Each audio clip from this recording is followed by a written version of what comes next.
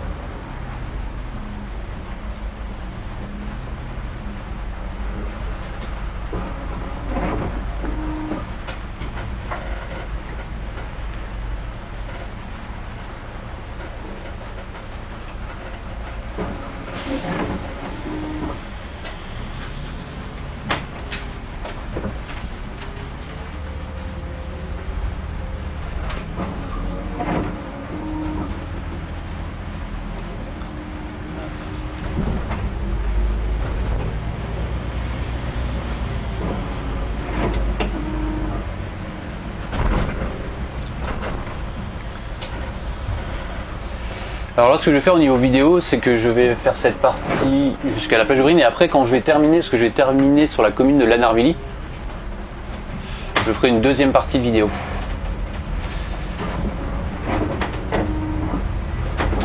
Alors là ce véhicule, donc comme je l'avais dit dans une autre vidéo, c'est un véhicule qu'on a chez nous en ce moment en prêt, en démonstration pendant quelques jours. Et là l'idéal c'est des fois de pouvoir l'essayer en service, alors commercial. Pas vraiment en service commercial, c'est plus un service scolaire, mais en situation réelle surtout. Alors c'est un véhicule qui fera pas de ligne, il fait juste un service là plus pour voir un peu ce que ça donne au niveau ressenti. C'est toujours plus, je trouve que c'est toujours plus intéressant d'aller faire un essai avec un quart de démonstration quand on peut, en tout cas avec sur un service avec des scolaires par exemple, parce que c'est plus là que tu te rends compte avec les arrêts que tu fais, avec des endroits où tu dois des fois manœuvrer un petit peu, de rendre compte comment le véhicule réagit et de voir aussi peut-être comment c'est apprécié avec les passagers. On n'en parle pas beaucoup et il y a des passagers aussi qui aiment bien donner leur avis, notamment au niveau de l'aménagement intérieur des véhicules dans lesquels ils sont. Et ils apprécient certains équipements, alors en particulier dans les autocars de ligne, notamment tout ce qui est accoudoir, si le confort de siège est agréable, au niveau de la souplesse aussi, parce que ça dépend de la souplesse des véhicules. Alors après ça va dépendre évidemment de la souplesse de conduite aussi du conducteur, au niveau de l'arrivée sur les ralentisseurs, de savoir comment il anticipe, etc., etc. Mais il y a aussi des véhicules qui font beaucoup au niveau de leur souplesse des suspensions, de leur souplesse de la boîte de vitesse, plein de petites choses comme ça. Et c'est intéressant aussi d'avoir le ressenti des passagers, des voyageurs, et c'est vrai qu'on ne le demande pas. C'est plus lors des comités, il y a des fois des comités de ligne qui se réunissent où on peut avoir des fois des échanges. Et les échanges qu'on a eu là-dessus, c'était plus sur des petites particularités qu'ils appréciaient, comme les petites liseuses pour lire par exemple quand on roule de nuit, des petites liseuses individuelles. Après des éléments de confort comme les accoudoirs, Après, en fonction des véhicules, aussi, on peut parler de l'espacement entre les sièges. Parce qu'il y a des véhicules sur lesquels c'est assez serré, donc si tu es adulte, ben, tu te retrouves un peu coincé. Et d'autres où tu as plus d'espace, c'est quand même plus agréable pour voyager à bord, et notamment quand tu fais, peut-être que tu passes dans l'autocar 1 heure à un aller et plus 1 heure au retour, on va dire 2 heures par jour. De dire que c'est quand même plus agréable d'avoir un espacement suffisamment important pour pouvoir placer tes jambes quand tu es grand par exemple, notamment quand tu es un adulte.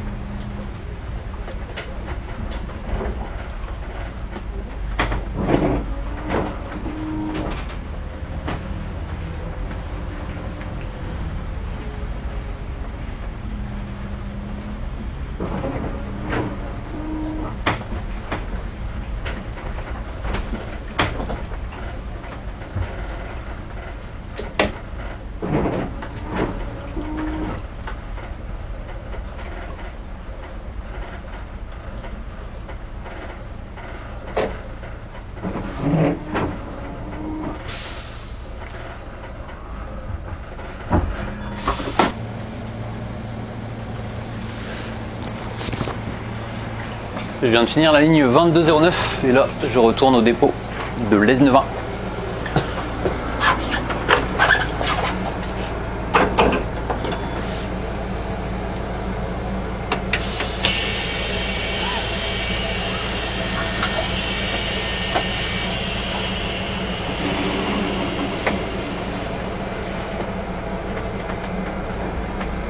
Alors bilan de ce service en scolaire, c'est que les passagers l'ont bien apprécié. Par contre, ils trouvaient qu'ils étaient quand même suffisamment, enfin particulièrement bas par rapport à l'autocar. Il y a quand même une sacrée différence. Et après, c'est une chose aussi à prendre en compte, c'est qu'il n'y a pas de soute. Alors en fonction des services qu'on fait avec, et notamment si on faisait de l'intérieur urbain avec, ça peut être une contrainte parce qu'il y a des fois des personnes qui prennent le car pour ensuite prendre le train et avec des bagages, et comme ce véhicule n'est pas équipé de soute, ça peut être un problème. Mais autrement, globalement, les passagers étaient plutôt contents, ils trouvaient l'intérieur assez joli. Alors les sièges, c'est vrai qu'ils changent par rapport aux couleurs qu'on a habituellement dans des cars de ligne ou les cars scolaires. Et au niveau souplesse, ça c'est mon ressenti à moi, qu'il y a quand même une sacrée différence entre on va dire un autocar de type Crossway Pop et ce véhicule, parce que celui-ci il est plus souple et donc plus agréable à conduire. Après voilà, il y a ce couinement aussi qui est assez agaçant, le couinement en particulier de ce portillon là.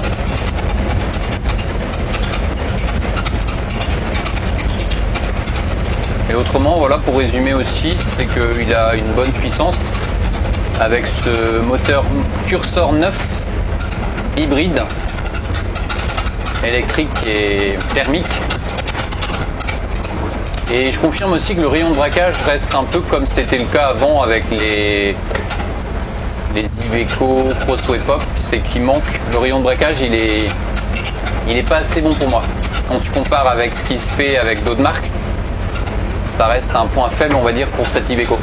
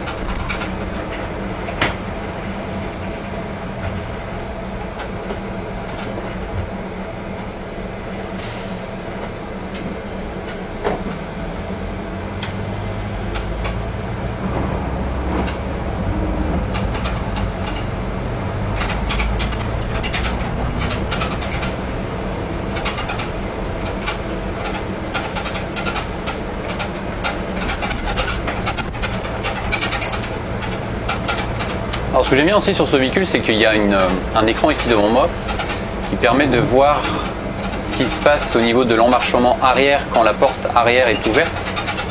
Ça c'est un bon point, comme ça permet de voir s'il n'y a pas de passager qui est sur le point de descendre avant de fermer les portes par exemple. Et cette caméra, enfin cet écran fait aussi office de visuel quand la caméra arrière s'affiche quand tu passes la marche arrière. Et ça c'est aussi quelque chose de pratique, ce qui te permet de vérifier qu'il n'y ait rien derrière quand tu fais une marche arrière. Et ce que je disais dans une autre vidéo, c'est que ça n'empêche que quand tu n'es pas sûr, le mieux c'est des fois de descendre de ton autocar pour aller vérifier à pied si tu n'es pas trop proche d'un obstacle, parce que des fois sur la caméra tu as l'impression que tu es loin alors que tu es juste à côté. D'où l'intérêt des fois de descendre pour aller vérifier.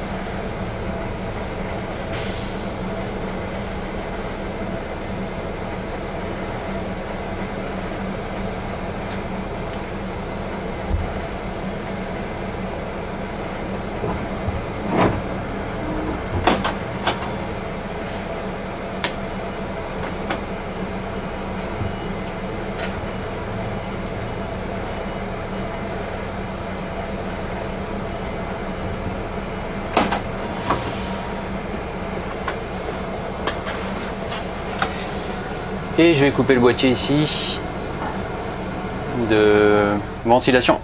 Ça sera déjà plus calme. Couper les essuie-glaces et couper tout ce qu'il y a d'activé. Je vais laisser les feux de détresse désactivés à l'ouverture des portes. Et c'est la fin de cette vidéo et nous on se retrouve la prochaine vidéo. Ok Navo.